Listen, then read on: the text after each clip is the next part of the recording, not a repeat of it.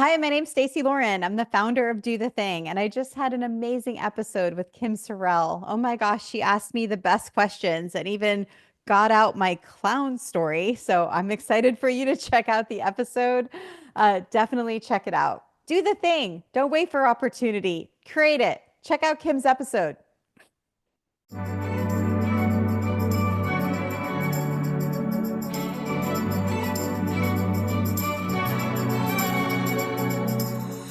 Welcome to the show. I am so glad you're here. You are going to be so glad you're here. I am an author, speaker. I get to do a lot of fun things in life, but my favorite thing is to meet and know interesting, incredible people. And today is no exception. Stacey Lauren, I've known for a little while, and everything she does turns to gold. I mean, it's kind of a weird thing to say, but everything she does has an impact. And to me, that's gold. So, Stacey, welcome to the show. Thank you. I'm so excited to be here. I just love and adore you and all the work that you're doing in the world. Oh, well, thanks, Stacey. I feel the same about you. So thanks. Okay, Stacey, before we get into what you do, which is so incredible, and people are going to want to know all about you, I want people to know you. So tell me about 8-year-old Stacey. Yeah, it's funny. I've been thinking about this a lot right now because we're in the middle of the Find Your Story challenge with George Macrinos, and man, it's brought out all these things that I didn't even remember, for a while. Because yeah, so here we are. We're doing it.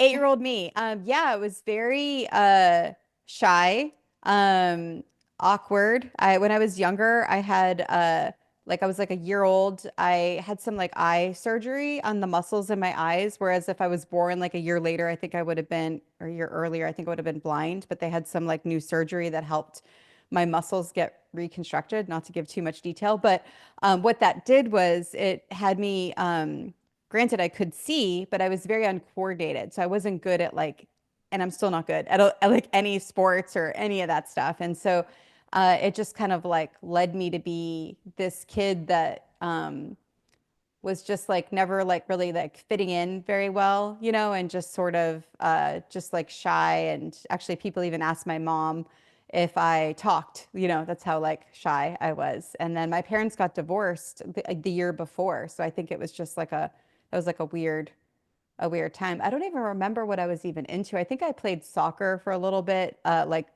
poorly. But other than that, that was about yeah, that was about my life back then.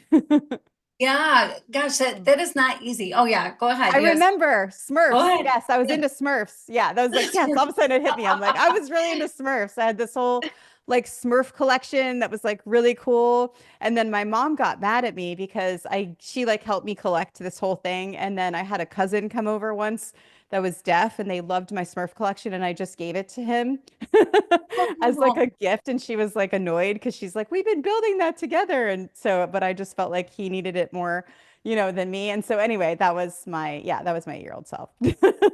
Yeah. So, very interesting. And your parents got divorced when you were 7. Yeah. And so, 8 was a whole different year than 6 was, I'm sure. Yeah. And dealing with that, how does an 8-year-old deal with divorce? Or Yeah. It's funny. I like feel like we were living in try to get the timeline right. But yeah, I was living in New Jersey and I think we had to move to Florida. That's when we moved to Florida. And just, I think it's just, when you have so much change all at once and like the divorce, then the moving across the country, and then just not really understanding what's going on and also having trouble just even, like kind of like fitting in, I guess is the word, which is funny. I don't use that word now, but that was the words I would associate with back then. But yeah, it was just confusing and alone and lost and just not really having anyone like sit with you to say like, hey, here's what's happening. It just everything was just happening. right, right. Whether you wanted it to or Yeah. not, you were just Yeah. caught up in the middle of it. And Hmm. yeah, that had to be hard just to kind of be alone with your own thoughts and whatever. And then going to a new school with new kids. And Yeah. that's a hard thing for any kid. And so, your shyness and whatever, like, because you're not so shy now. So your shyness and whatever, how did that change? When did that change? Yeah, it's funny. It's like I think it was when I learned how to do sales. I mentioned I wasn't good at sports. I was an okay student, but I just really wasn't like I worked hard, but just you never saw the outcome. So I always like was someone that would like put stuff into things, but it was just I don't want to say mediocre because that makes me sound like whatever, but like I am talking bad about it, but it just wasn't, it wasn't like getting straight A's, but I was always working really hard. But yeah, but I ended up taking the sales job when I was like 15 years old, and I was selling perfume that you basically are like selling. It sounds so bad. You're selling it on the street, like to people like that are, going to like, businesses and people at like parking lots, and at the time you can go to airports and anyway, it was like a whole thing. And I'm so unfamiliar with perfume, but it sounds fascinating. we could have some stories about it. But yeah, so anyway, what I learned was because it was one of those things where you go in the morning, they give you your perfume, and then you go back at the end of the day, and then you get to ring the bell, when you sell a certain amount. And so I always got to ring the bell. So I don't know, it ended up being like so much fun. And what that did was it actually taught me like just how to go up to people, but then it also taught me that like I actually could be really good at something, because with sales, what's really great about it, it's not that I was ever like so good like smooth talking, but I was always good at handling rejection. And so that's really, I think, what the muscle that probably got flexed back then, where I learned how to, be social, and then also learn to not really have an attachment to an outcome of what people would say. And so I think that slowly got me out of my shell. Oh, and then I took a clown job. Uh, and Okay, so this shy girl is I was a selling clown. perfume on the street and then becomes a clown. Yeah. So I think that's Yeah. what it was. I had these like two like sides to me, of just like I'm like this person and then I'm that. And I think over time now, like I've blended my stuff together. Yeah. So I want to hear a little bit more about the clown job. Well, the clown job, I mean, now you're really asking for it, Kim. No, just kidding. Now, because this is like another weird story. But yeah, like I was with my best friend and we're like looking in the yellow pages and I don't even know what we're doing, but I think we're prank calling or something and we're calling these phone numbers out of the yellow pages.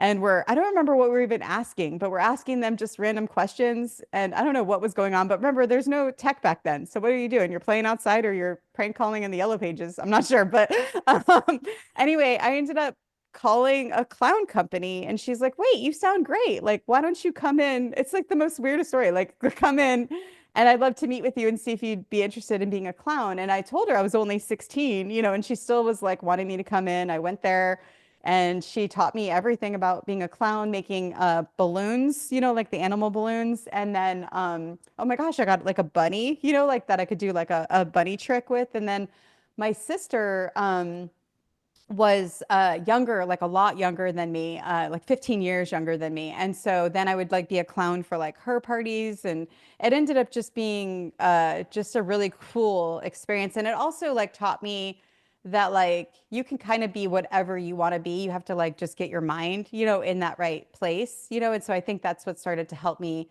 get more comfortable in my own skin. Yeah, yeah. Uh, I love the way you said that. And I love that you were a clown. But I love that it's true. You got to get yourself in the right mindset that Yeah. you are able to do this, you can do this. And were there tricks for you to get yourself in the right mindset for that? No, like it was literally like once you put it on, like you're like a clown now. And I mean, I even dressed up as like Big Bird once. So it wasn't just a clown. It was like you get to just dress up and it gives, I mean, it's like a freedom, right? It's kind of like when you see those school mascots and you get to see the freeness that they have. I always wonder like, are they like that really, or is it really just really fun for them to be able to just kind of like have that kind of like adopt that persona in the moment? Yeah, yeah, that's so good. Yeah. So good. So then you started this company. that grew to huge, huge, huge, huge success. Can you talk about that a little bit? Yeah, so I'll skip a little before that. I ended up selling books door to door, and so that was like a Oh, big part of my like kind of like that was when I really that was more of a real job. The perfume thing, I don't know what that was. That was just like a immediate way to help me get through high school, honestly, and then it helped me start the paying for college. And so when I sold books door to door, that just really taught me the mindset of being able to do like everything in life that I wanted. That's when I learned how to make money grow on trees because like my car had broken down and I had this book bag and I'm like, I don't need anything. I just have this book. And so by the time I had gotten, I met my husband, ex-husband now, but husband at the time, he was working doing this, he worked for like it was like one of those, we'll just call it a staffing company, but it was a different kind of staffing company that we ended up opening. But basically, he worked for this staffing company, and I was always like, wow, that's like really cool. Like you're getting people jobs, that would be so rewarding. And so we ended up he got promoted, so we moved from San Diego to Texas, and then basically that was when he was actually like, you know how like when you want to get promoted, but they're not promoting you and you're like, mhm. what am I supposed to do now? He was in that situation. And I was like, well, why don't we just open up our own, business? And so that was when we decided to open up our staffing company. And we made it so different. We like revolutionized the whole like industry really, because it's really funny. I mentioned this because it's really similar to what I'm doing now in terms of the philosophy behind it. But back then, people looked at like staffing company in the industry we were in because we were in a big part of it was construction. They would actually even refer to people as bodies. And like we changed all of that. We transformed like the way that everyone looked at people, in that industry, and we got them to really focus on each person. So much that if someone would ever call me, they would ask for specific names of people and then they would want to give them raises and want to hire them on. And it ended up being like a really cool thing. And I know you're going to ask, but I thought I'd like reference it now. And that's kind of why Yeah. now with community, it's like I am so like everyone calls like people leads, and it like just triggers back the bodies thing. And I'm like, no, these aren't leads. These are people, And so it's funny how like life sort of like repeats itself, but in different ways. Well, it's because it's built into you, right? It's part of your philosophy, your life philosophy, what you believe, and you believe that people are people, that they're Yeah. not bodies or they're not, Yeah. leads or whatever, but people are people. And yes, and that certainly has carried into what you're doing today. So you sold a company, you made a lot of money, and now you're in this position where you just want to inspire and help people and make some money, too, Mhm. along the way is just fine and nice to do. But yeah, I'd love for you to talk about uh, what it's like. But meanwhile, okay, let me just unpack a little bit. So here you are, 7-year-old kid who goes through divorce with her folks and moves far from New Jersey to Florida. And then you sell perfume on the street. And then you're a clown. Then you're selling books door to door. And then, whatever you go to school. And then you start this company. So you've had quite a timeline, a very interesting life that has brought you to today, right? Like I always Yeah. think about that every day you've lived brings you to where you are today, what you believe about yourself, what you believe about life, what you believe about other people, everything Yeah. in the past has brought you to now. So, all those things gathered together, the good part of all of those things is what you're putting into what you're doing now, would you say?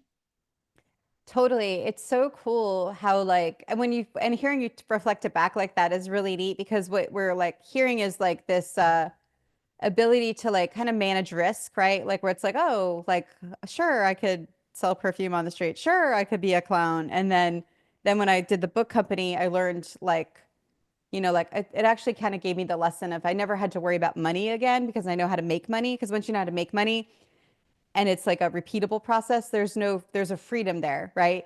And so then when my husband at the time, boyfriend, fiance, whatever he was then, was like struggling, I'm like, let's just open up our own, right? In that moment, like that decision then catapulted into that $35 million business, and then which then led into me exiting, which then led into me wanting to just play, because that was what all I was supposed to be doing now, was just like playing with my time and having fun. And I decided to dissect this formula for how people achieve their goals, which then led me to want to test the formula, which is then when I started my first challenge. And then it's like I'm in this like really cool space right now where I did decide to turn it into a business, but it's going to be mixed with philanthropy, business, and like all the now movies. It's like so many things mixed into one thing. But it was came from this really fun freedom play state of me really just wanting to um, help people, right? And then it just sort of got too big to like kind of keep it where I was just doing that. I had to like start to, make sure I was making it a business too. Yeah, that's so interesting. Because your attitude around money, anybody's attitude around money, uh, changes everything in life, really. It impacts things in life. Like if money is scarcity to you, like you're Yeah. not sure if it's going to be coming in or how much is going to be coming in, or you could lose your job, or, and that's the way you think of money, then those things can happen. And money is not in the right place because money is a tool, right? Yeah. We need it. We need it to get the things that we need to survive in life, but also to give away to people you want to give away to or whatever. But I have a friend who's got a book, Ken Honda, and it's called Happy Money. And it's Mm. so good. And he talks about how money is either happy money or it's not happy money. And when it's happy money, you're grateful to receive the money and you put a different energy around the money. Mm. When it's unhappy money, it's, oh gosh, they're not paying me enough, or geez, they shorted me on something, or I'm worth more than that. Well, that's unhappy money. Where instead, if you receive it, oh, I'm so grateful for this money. And when you get to pay for something, you're like, I get to pay for something. Like you're grateful for Yeah. that. And so it's interesting. And you, without reading Ken's book, already had that attitude. Well, yeah, like I could give you an example of something that just happened like even this morning if you want, like that's Yeah, off of for this. Yeah, sure. like so I think what happens to a lot of people when it comes to money, and that's why I think it's important to talk about, is it like if you live in a money scarcity place, it's really hard to achieve the dreams that you want because you're always like needing to like pay for your own stuff, right? When you get to have freedom of bills and freedom of all of that, then you get to live in this really expansive place. So, an example right now is my big thing that I'm working on is I'm making movies and doing them with like impactful missions. People's heart-centered missions are going to be these fiction films. I ended up meeting a Hollywood storyteller, George Makrinos, and he's able to turn someone's heartfelt story into a fiction movie. And so in order for these movies to go out, I'm the one that's responsible for raising the money for these movies, right? So I'm going to be raising millions of dollars for movies. And so, but what I'm excited about is I'm excited about learning this like philanthropic side of like raising money for anyone. So in my mind, it's not just the movie, it's like that's like the beginning point. And if I'm sitting there thinking like, oh, where's the money going to come from? Oh, I need to like whatever the limit, I don't have financing yet, or whatever kind of like thoughts you could come up with the I don't have, you don't leave time for your brain to like look for the opportunities, right? And so one of the movies we're making, it's a story about adoption. And the woman that it's her heart-centered mission, Donna Pope. She is wants to create a space for birth moms to connect, and she wants to celebrate the birth mom because the birth moms don't get celebrated in society. A lot of times they're shunned by society. And so she wants to create the movie to show that. And so she basically had invited me to come to this like event in Cancun with her with a company that she's like an investor. She does investments with. And she was like, come with me, let's meet the owners, see if maybe you could help do a charity fundraiser like with that organization. So I went and just got to meet them and got to understand like where they're spending money, like where they're like doing things. And then this morning I had like such a fun idea. I'm like, oh my gosh, we're going to approach this company And basically, I found out you could rent Richard Branson's island at wholesale if you're a nonprofit. And so we're going to rent the island and then we're going to offer them like a sales contest for their like people that are in their stuff. And then they'll like pay $2 million or something for that week, but then they're going to give this great experience for the people, you know, that are their like investors. And it's going to be great. Honestly, I think they're going to say yes. And so in that moment, we're going to make $1.5 million. Again, it's all theory right now. I'm in imagination state, but we're going to be able to raise $1.5 million for that charity. But if I'm sitting there in my mind going like, oh, I don't, or I need this or that, like I can't even get my brain to like go there. Whereas now I'm like, oh my gosh, like, because it's not just with Donna that we're going to be able to do this with. Now I'm like, who else can I play this game with, right? It becomes so much fun when you get to play in that imagination state. But when you go downward and you're thinking of the lack, you can't, it's hard to get there, you know? It is. It's so true. Richard Branson's private island. Okay, so you're the first person that I know that is going to Richard Branson's private island. And so, what an interesting thing, though. I run a nonprofit and I'm always looking at ways to raise money and how to do Yeah. it right. And giving people an experience is such a great way to do it because it people feel like they're getting something for what they're giving and they want to know. And these days people are so discerning. Hmm. And they're jaded. Like, how do I know the money I give is going to go to the right thing? And how do I know this is the right way? And they're going to keep the books right. And somebody's not going to just buy a mansion and a Rolls Royce, you know, whatever. And Hmm. so giving an experience gives people confidence that Yeah. you know what you're doing, right? And that you're worthy. And I think that's part of it too, Stacey, is that I'd love your take on this, is that if you were going to raise 20 grand, if you were going to raise 5 grand, it's a different mindset. If you go, oh, Hmm. okay, I think we can raise $20,000. I think we can raise $20,000.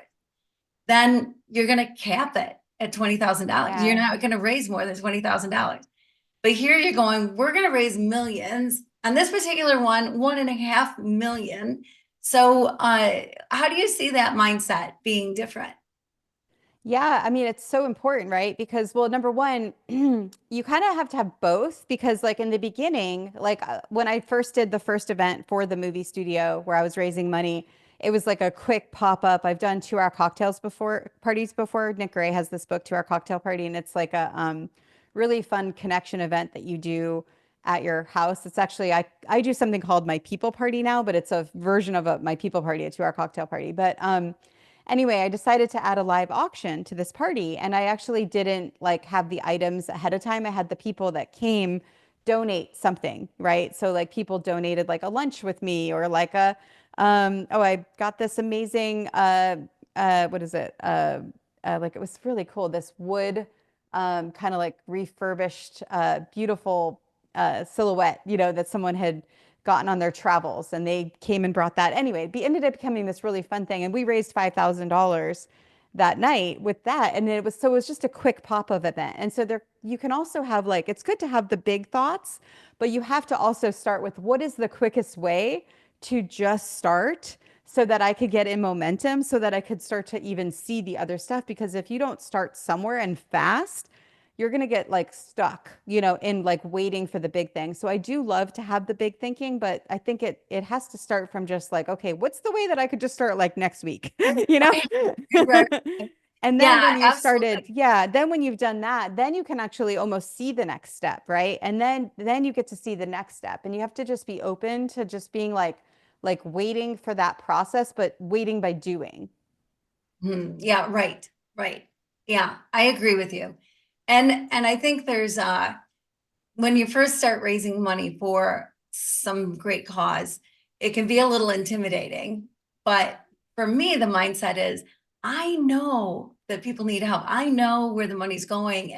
And for you, it's the same thing, right? Like Oh I yeah. know that it's going to have impact. I know the importance of this, and it changes the way you raise money, your thought around that. Totally. Yeah, like for example, with these movies, the money going to the movie is actually going to now create awareness around the topic. So there's a movement that's going to come from it. which is then going to be a lead magnet for not just that one person's nonprofit, for everyone that's associated with that like nonprofit. For example, we're doing a veterans movie, and I'm actually looking to connect together all the associations that are helping veterans rediscover their purpose. So that lead magnet now, which is going to be the movie, is going to like trickle back to all of those. And then I didn't mention I'm training to be a charity auctioneer now, so that's where I like understand some of this stuff now. But I'm actually doing my it's like my first hired auction, which is going to be now raising money for all these different. They're actually three different charities. The different items that I'm going to be auctioning off are for these amazing charities that are helping kids like with cancer and like this amazing other organization that's they're helping give life skills for kids that are living in, impoverished areas. And anyway, it's been really cool just understanding this whole other world, of like, gosh, how much people need things, and then how easy it is when you understand it, how you can like help people get there. Yeah, yeah, so true. So clown turned auctioneer. I mean, it all makes sense somewhere in somebody's universe, your universe, it all makes sense. So other people maybe not, but you absolutely 100%. Stacey Lauren on fire. So yes, so money, the attitude around money, I think is so important, and I think it's also important to give. Like Hmm. I've always felt like you can't outgive, Yeah. right? Like sometimes you can hang on to your money so tight and you see a need somewhere, somebody introduces you to a need, like you recognize that somebody needs something, Yeah. whether it's your neighbor that needs groceries, right? Or Hmm. an organization helping kids with cancer, Hmm. whatever it is. If you see the need, but you're hanging on so tight, then uh, that money stays that money. But when you give it, what you get in return, you just kind of can't outgive. Like I take teams to Dominican Republic, Haiti, Burkina Faso, different places. And when I first started doing that, I thought, well, I'm going there to give. I'm Hmm. going there to give, to help, and do the work, whatever I can do. That's what I'm doing. I'm going there to give. After my first trip, I knew that I can't give more than I get. I Hmm. get way more than I can possibly give. The more I give, the more I get. And it's the same with money. Money has a Hmm. way of coming back to you when you treat money in the right way, when you understand money the right way, and you put it in the right place in your life. It just has this way of coming back to you, which is pretty cool. It's amazing. And it's like so important for people to realize, like, at whatever capacity you're able to do it, whether it's just even buying someone a Starbucks drink that's behind you in line, or doing the most extravagant, like experience that you could do to help people, like live better, in that experience. It's like you have to start, it kind of goes to that same philosophy of like, you have to start with where you can, because the more you're able to like repeat that skill and change that whatever that is, reticular activating system in your mind, or the conditioning that we have. Now you get to look for all the opportunities where you get to help and serve and give, and that's when things really start to open up in a whole nother way. I think that's what I love so much about you, is I get to see that side of you all the time, and you're just always looking at like ways to support, always working at ways to give, and it's really beautiful to, yeah, just to kind of see that process. That's sweet. Sweet of you to say. And I see the same thing in you because of your attitude around money, because of, what you're doing and the impact you want to have on the world and the legacy you want to leave. And man, you're just always helping everybody everywhere and giving great input to any problem anybody has. And I love that about you, Stacey. We're kindred spirits, I think, in so many ways. But what you're doing is amazing. So let's talk about that. Like, besides the movies, besides the raising money for nonprofits, besides the hundred other things, you got this thing going that is so powerful. So go ahead, tell us. Yeah, you mean like my challenges and do Yeah. the thing? Oh Yeah. yeah. No, Yeah. that's great. Thank you. Yeah. I'm like, which thing? No, Yeah. I was kidding. I know. Right, right. Yeah, no, it's so funny because like I was kind of on, it's like I think this happens to people when you're on the heart-centered quest, like the mission, you get the call and you don't really know like what you're supposed to do. You're just like you just keep going and you follow your instinct. And that's really what happened. Like I exited my business, I started my podcast. I used my podcast to then dissect a formula for how people do the thing. That's the name of it. And then I decided to test the formula in my first challenge. And then that's when the challenges came about. And so that's where we're going now is so it's so cool because when I did my first challenge, I was testing the formula, but I realized the shining star of like the 6-step framework that I have for helping people achieve their goals is being in a group with people that have the same goal, not just your friends and family and your regular support network. It's actually being with people that share the goal. And you kind of have to do this for every group. So if you have a TEDx talk you want to do, you got to be with the TEDx group. If you want to write a book, you got to be in a book group. And it doesn't have to be a group, like it doesn't have to be forever. It could just be in a group of people. But the whole idea is like understanding that concept. And so I was running these challenges so many people loved them. Thousands of people were joining. I was like doing a 2-hour cocktail party, dating challenge, starting a book, starting a podcast. And then I started going to these events. And actually, was that the first time? No, it was the second time I met you. Yeah, I started going to all these events. And then people were like seeing what I had done and they were like, what in the world?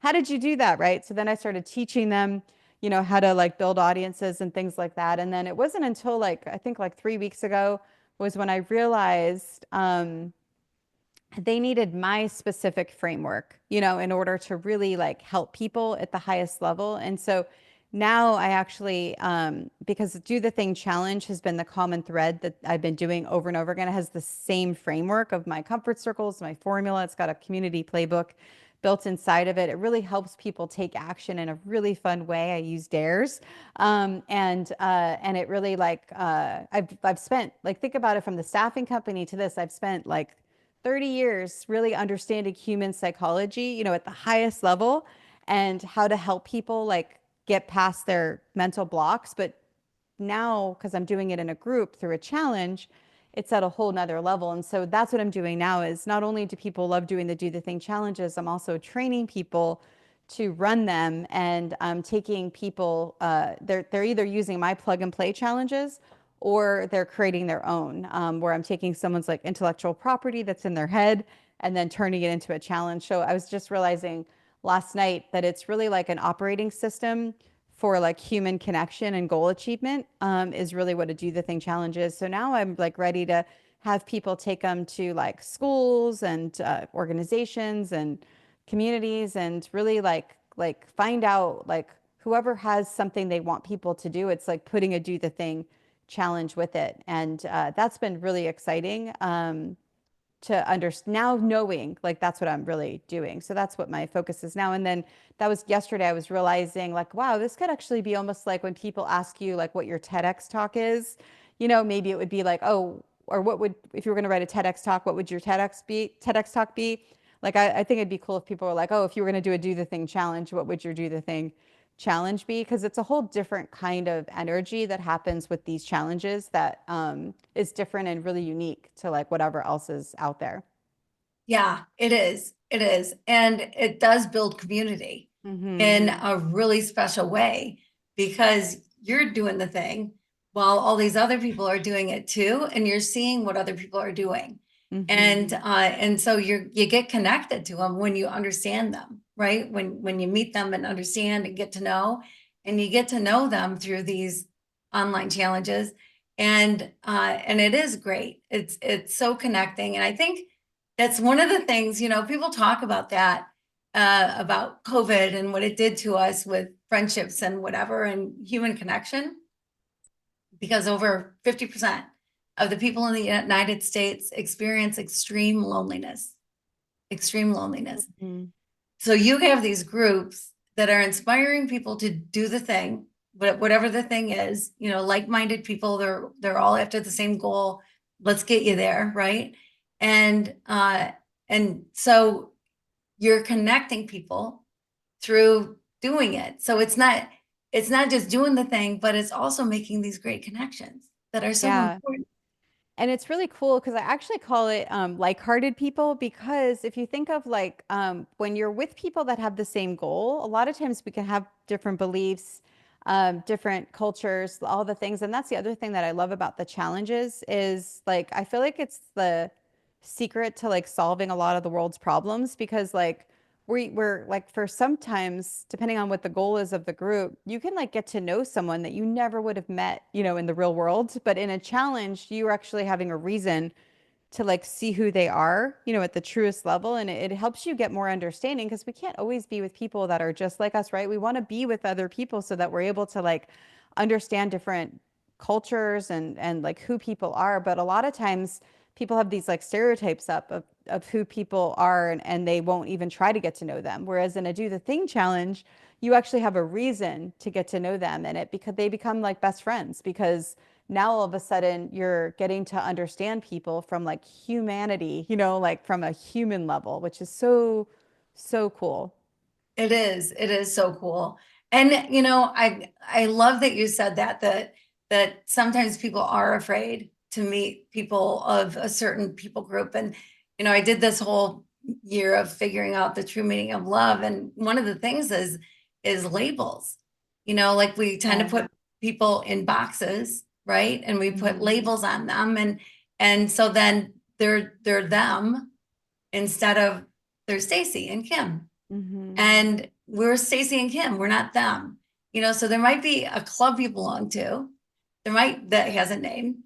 There might be a church or a synagogue or a not church or whatever label you put on yourself or other people put on you, whatever it happens to be. It's not who you are. You're a person, and people are people all over the world, and people are valuable. The most valuable thing in the world is people and supporting each other, getting to know each other. And a lot of times that, or I would say 100% of the time, that's what breaks down those barriers is getting to know an actual person in a group that you are labeling. Get to know somebody personally in that group, and it changes. It can change your thought for the entire group of people that you've labeled. So true. Yeah, and it's so important because like that's what we're here for, right? We want to be able to like have these deep, meaningful, experiences. And going back to my like shy days, right? Like I think I'm still natural introvert. So I think that's where you get your energy from, really is what all that means. But I know that I really love having like deep like conversations versus superficial conversations. And that's what's really nice is as you're starting to get to know people um even more, you're building these really kind of like meaningful connections and not just superficial ones because like who wants that, I No don't. kidding. Yeah. Yeah. Yeah. Yeah. Well, and they kind of start out with, oh, where you from? Like if you were at a dinner party or whatever, you're meeting new people or a network event, it kind of Yeah. starts out with, what's your name? Where you're from. But by the end of it, by the end of the challenge, it's, oh my gosh, I know this about you. And how's your grandma doing? And by the way, your Yeah. little brother, whatever. You know so much more about people, like you're saying, and it is so powerful. It is so powerful. And so, Yeah. yeah. That's why one of my goals is I want people to use the Do the Thing challenge as a precursor for like any event that people have. Because like when you have these big events, whether it's like a 50-person event or 10,000 people event, like if you could actually like have the people meet each other ahead of time, now you're not burning energy on like figuring out what's their names and all this stuff. You already have like the people kind of like understood. So like that's one of my goals for the challenges is using them as like a pre kind of like networking. And then I also would love to have that be like almost like now after your event, like what did you ask them to do? Like what did you actually want the people to do? And then there'll be like a do the thing challenge that will then like get people to actually have a shared experience and do the thing that the person wanted. But it's going to be co-branded. So that's kind of like where the future of this all is co-branding these challenges. So people are going to be able to like use it as like the framework, but then their expertise is going to be on top of it. So it's exciting. I figured out what I'm doing in the world. I Like, I love it. I love it. Well, it's step by step, right? yeah. you figure out little by little quite often, there's probably people that go, oh, I know exactly what I need to do, Yeah. when they're starting something new.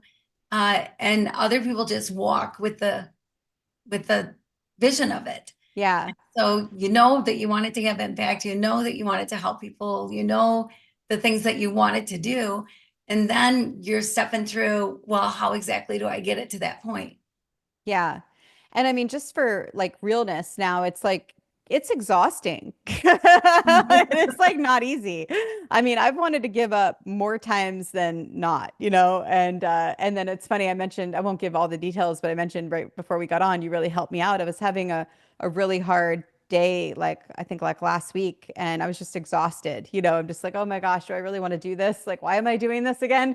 You know? And it's like, because it's a lot, when you're putting something like this in the world. And then I watched actually a video from yours that touched my heart in a way that, like, I don't even know, like, if I've ever been touched that way before. And I was like, that's what I'm doing this for, and it helped me, like, it helped me take another day. And it's like, it's part of that being in a group, you know? And being able to like see the thing that you need to see at the moment that you need to see it, and then it gets you to go. And granted, I mean, it's not forever what I'm feeling, but like right when I think as I just figured out what I'm doing, and now I'm like doing the work to make it happen. So now I'm like just realizing how much work, I'm gonna have to do to like actually put it out there. But um it's like also knowing like why you care, like what's the really deep reason of it, and then just kind of like keep taking the step. And I do keep saying that in my mind. I'm like, okay, I'm going to get this automated. By the time it's automated, I'm going to make a decision at that point what I'm doing. And so like I'm not giving up. I'm just saying, okay, let me just get to this point, and see how I feel. And so I think that's really important for people to like understand. It's like you don't have to commit to the end, just commit to get through the next like phase and then see how you feel. And then you can go to the next phase, because you also want to always be in touch with yourself and make sure you're staying close to what you really, what you truly care about. Yeah, and that it's aligned with your why, right? Yeah. And so if your why is strong enough, which you should have a strong why. Everyone should have a Mhm. strong why. Why, why are you here? What is it that you're doing? What's your mission? And you're fulfilling it in whatever way you are, right? But if you have a strong why, then it carries you to be able to do those steps to get to the why, keep chasing the why when it's something that you truly believe in and is coming from your heart. Yep, totally. Yeah. And that's one of the letters of the do the thing formula. It's I'm game, and that is the I, identify the why. Yeah. Yeah. Yeah. Yeah. Which is so important. And some Yeah. people do have a hard time identifying the why, I think, right? Yeah. Yeah. So And yeah, yeah, go and ahead. I mention that because a lot of people know that it's important to identify the why, but what they don't realize is when you get to do it in a group with other people and you get to share your why in the group, now you really are like, it's going to have staying power because you're telling people about it that also have a similar goal than you. And then like kind of like what happened with you in your video, all of a sudden, like I see your why, in your heart. And then that gets me to like then kind of like remember what my why is. So I almost needed yours to remind me because I was too in my head, you see? Like that's why it's so important. The group is so important because like that's what happened. I was so in my head. I'm like, oh my gosh, I'm exhausted. What am I doing? I just want to go in my kayak, and then like I don't want to do this anymore. And then I see your video and it reminded me of my why. Yeah. Wow. Well, that's cool. I'm glad I could remind you of your why, however that was done. Yeah. But yeah, and I think that that's true all the way along, Yeah. is that people say very unexpected things because you don't really know people to begin with, is the truth, right? Quite often Hmm. in a group.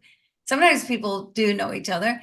But something that I heard you say that I thought was genius for your business plan, for your chasing your why, is recognizing that you can't do it alone. Hmm. So figuring out a way to multiply yourself, right? Yes. Yes. That's where I'm at now. I'm so excited. It's not going to be an employee way or anything. It's because that was the thing in my mind. I kept resisting it because I'm like, I don't want employees again because I already did that, Right. And so now I'm like kind of training like people that are going to be able to like run the challenges, and that's their own kind of like business that they're going to have, and they could even just be for their own stuff or whatever.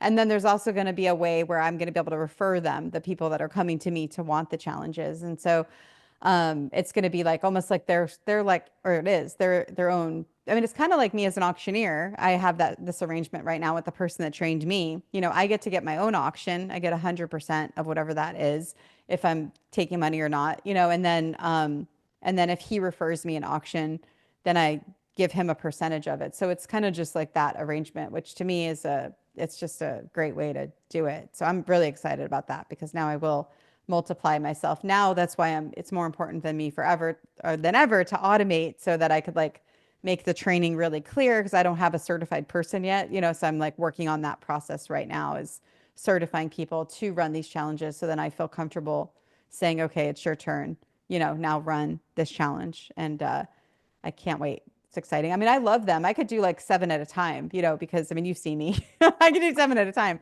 But yeah, it's good to be able to train other people to do Yeah. it. And then there will be 70 at a time and 700 at a time and Yeah. 7,000 at a time, right? Yeah. Because Yeah. yeah, because the goal, your why is impact, Yeah. right? Yeah.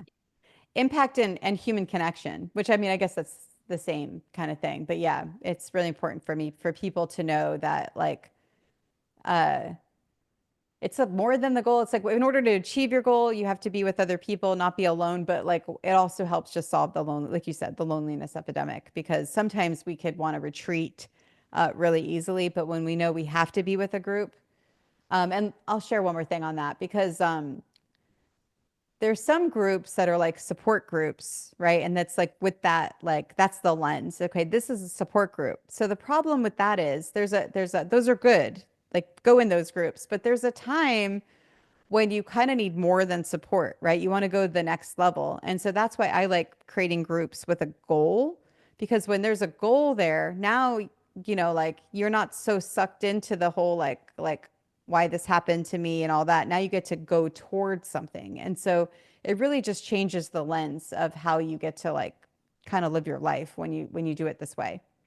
Yeah. Yeah. Guy, that's a great way to put it because it is true. You're in a support group for a while, you lose somebody's close to you or whatever, and you go to a grief share, you go to a grief whatever, and you're in that group for a while. But if you stay there, you're going to stay stuck Yeah. in your grief and you're going to stay stuck in whatever that is.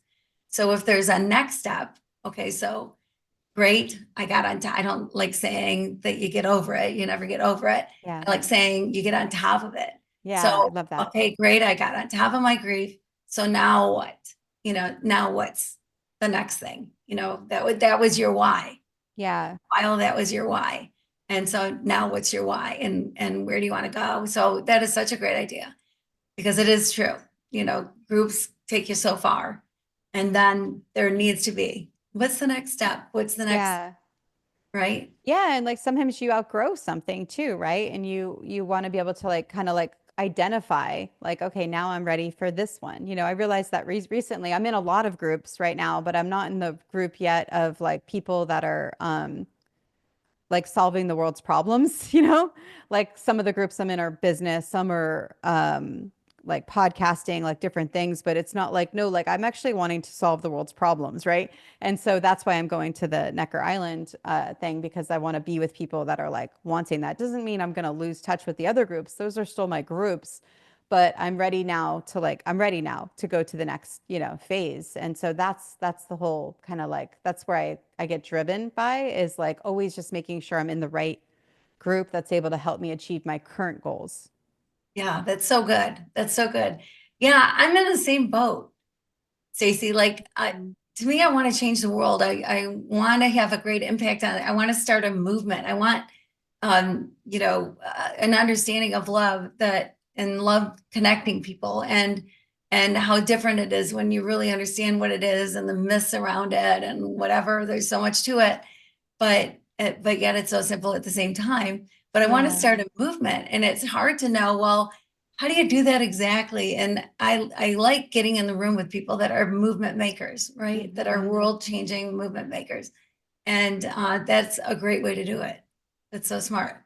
Yeah, thank you. Yeah, no, it's great because then like just like one idea like all of a sudden like can change everything, right? Like then it opens up that portal, which then I call it like a spider web where it's like, oh my gosh, right? Between the people that you can meet, the things you get to do, like the experiences you're at, like it's so cool. I mean, I went to this event in Puerto Rico to like this is a different kind of example, but I was doing this like detox, but it also ended up being a mastermind because the person that invited me, she's part of like a lot of high level masterminds, and so it was a detox mastermind, and that was where I met Donna, who is the movie that we're making. And then when I met her, then I went to Cancun for that thing to see if they would want to raise money for the movie. And it like it's like not ending, right? Now we're gonna curate this experience at the, you know, so it's like almost just like every opportunity almost like opens up this whole other kind of world of other opportunities. And so it's just cool, like when you get to live in that like space, right? Of understanding like where do I need to go to like help see this dream better, you know? And then when you find that place, then all of a sudden you want to say, like you just keep your mind open. And that is why it's so important for people to get the like the junk out, you know, that comes out. And I don't mean junk because it's sometimes it's good stuff. It's like both your dreams and then also any like the negative thoughts that come up. And I call it mental baggage. But like when you get to get it out, and that's why I have the find your voice challenge is one of my key challenges that teaches people how to like unload all that stuff in a really safe environment. And then you get to like access your dreams and you get to speak out your excuses, which then allows your mind to like open to see all the things. But because otherwise, it's hard to see anything. Right, right. It's like there's a cloud A and cloud. you can't see through it, What a right? great way to put it. Yes, I love that. Yeah, Yeah. so good. Yes. Okay. So Stacey, you have a Yes. tagline that I love because it's so good and it's so true. And if you just do Stacey's tagline, then your life will change for the better in so many ways. So can you share that and talk about it a little bit? Yeah, it's so funny because when I did my first do the thing challenge was a dating challenge. It was with Dating Dares, and I had I don't even know like where it originally came from, but like I basically had put in this one group I was in. I was like, don't wait for opportunity, create it. And so I already had the tagline, but then I don't know if you've done this, but then I like, not that I forgot it, but I like just didn't like keep it, you know, like it was like there and it even made it on my website. So it's on my website, but then it wasn't like stuck until I was like writing this book and I'm like trying to think of the subtitle for the book. And I went through this whole kind of like process. And then all of a sudden, like, don't wait for opportunity, create it, came back again, you know, and it was there the whole time, but that was when it came back again. And then I started doing these like street interviews. And then I actually had each of the person I was doing street interviews say it. So I even have this really cool video of like all these people saying, don't wait for opportunity, create it. And so yeah, like it's literally everything, right? Like anything you want to do. No matter what it is, like when you have that mindset of don't wait for opportunity, create it. I don't care what it is. You could like put it with everything, right? It like immediately shifts your mind to like going, okay, how can I create it? Not like what's getting in my way. Because I mean, let's face it, we all go through that. I mean, I've been telling you examples of how I've wanted to give up, like just like three times in the last 2 weeks, you know? Like we all go through that. But like there has to be something, some kind of, I want to say programming, conditioning that you're able to do with your mind to shift yourself out of that thinking, you know, and be able to like actually like see what's there, you know? So Yeah. yeah, so it's just been really fun and it's just the thing that everyone has really adopted. It's so fun at the end of the meetings. A lot of times they're the ones that like are doing it with us and it's really cool. It's like because I think do the thing is like all of us. It's not just like me. It's like everybody is do the thing because it's all about community. It's all about connection. It's like how do we do this together? And that was where even my wealth experiment program that I had the true secret of wealth that came out during that program was that it wasn't just the relationships, but it was like everyone was like had the thing that the other person needed that they were able to then do together. And it was like just a really fun, like play space where people got to like elevate each other in the coolest way. And that is don't wait for opportunity, create it, right? It's like being able to just meet all the people that you want to meet, do all the things, and not being held back by your own thoughts.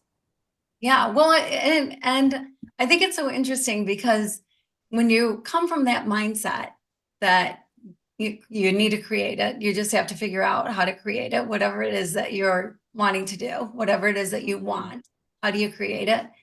When you come from that mindset, sometimes it comes to you, right? Like there have been so many times in my life that I've been like, oh my gosh, if I could just meet someone who, right? If I Yeah, knew someone who knew, or whatever it is, and then it happens. Then I meet someone who knows, yeah, or I meet someone who knows, or whatever. And so you're asking the right questions, right? You're doing the things, but yeah. it's amazing how that happens. Oh, it's amazing. It's like you're putting it out there, right? It's almost like you're making me think like anytime you want to meet someone, like whether it's like you need help with your business, you want to meet a whatever partner, whatever it is you're doing, it's like write out like what you're looking for and what you need, and then I bet that person comes within like days. It works like that. It is so cool the way that works. I'm Yeah. gonna do that. I'm gonna write out all my dreams. Yeah. Yeah. It's a great thing to do. I think Yeah. that's a good idea. But yeah, it is. It is. Yeah. God is cool that way. Life is cool that way. Yeah. People are cool that way, right? Yeah. Yeah. Everything starts like the more you can get out of your head, and follow your heart and really like into your calling and the guidance that comes, it's like the more everything conspires for you. It's like it really is like the coolest thing. Like things just start to open up and like all the people you need to meet just like come right there that like can help kind of like you along the path. And some people, it could be just explaining something better, like other people, it could be introducing you to someone. You don't really know what it is, but it's like when you're able to like just keep your mind open and just take like one step, another step, then all of a sudden you get to see the path, and it's like, woo, I'm walking through. Yeah, exactly. Now I know. Now I know. Or I know at least the next step, or I know at least, Yeah. whatever where I'm headed. So yeah, I think that's so true. And so yeah, so be open. I mean, that's what it comes down to. A lot of it is be open and be willing to do what it takes to get to your why, to get to where you're supposed to be. Hmm. And if you're confused about your why, figure it out. There's ways to figure it out. Stacey knows ways to figure it out. You got to connect with Stacey. She's fantastic. And at the very end, she's gonna tell you how to do that. But yeah, figure out, why, what is your purpose? What should your goals be? What are your goals? All of that. And I think so often we do have these limiting beliefs because of things we're told about ourselves, right? Like, Hmm. oh gosh, you could never. Oh, you could never. Like I had a biology teacher. Man, I played sports in high school, basketball, volleyball, softball. Basketball was by far my favorite. And I had a dream of playing beyond high school. And all 5 foot nothing of me wanted to play basketball beyond high school. And I mentioned that to a teacher that I admired. I said, I just want to do this. I'm working hard so that I can do this. And he said, oh, you'll never be able to. And so Mm. that crushed me. That crushed my Yeah. dream. And it made me stop thinking I could because he told me I couldn't. Yeah. And, it sounds like a simple thing. Well, you just tell the person they're wrong or whatever. But all those things that we're told throughout our life as adults, as children, whatever, if you let them come in and don't say, no, you're wrong about that. That's not who I am, Mm. right? That they stick with you. Like Yeah. the baggage. What do you call it? A Mental baggage. Yeah. mental baggage. Yeah. Yeah. Yeah. Yeah. No, it's true. It's like and it's a shedding of that, right? You have to like release it and sometimes you get rid of parts of it. And then you get the goal and then you see you got to release more, and it's all about expressing yourself. And I think that's why I'm so passionate about what I'm doing with the challenges and especially that Find Your Voice challenge, because it gives people a space to be able to express themselves and open up different parts of themselves that maybe they haven't seen before. Yeah, so good, so good. Stacey, I can't believe it, but we're out of time. And this has been so great. This hour has just flown by. I appreciate you. I love you so much. Mm. And everybody does now. Everybody that's listening loves Stacey Lawrence. So how can they get in touch with you, Stacey? Yeah, so the best way is I have a Facebook group. So dothethingcollaboration.com is the best way. And then if you're not on Facebook, feel free to just follow me on Instagram. That's under Do the Thing Formula. Perfect. Perfect. And yes, do it. And of course it'll be in the notes and everywhere else. And we're going to promote it, all the stuff. But thank you, thank you, thank you for all the wisdom that you dropped today and for being here and being vulnerable and telling us, your story. And I just appreciate everything about you, Stacey. Hmm. And so thank you so much for being here. And thank you for being here. And until next time, be blessed. Aw.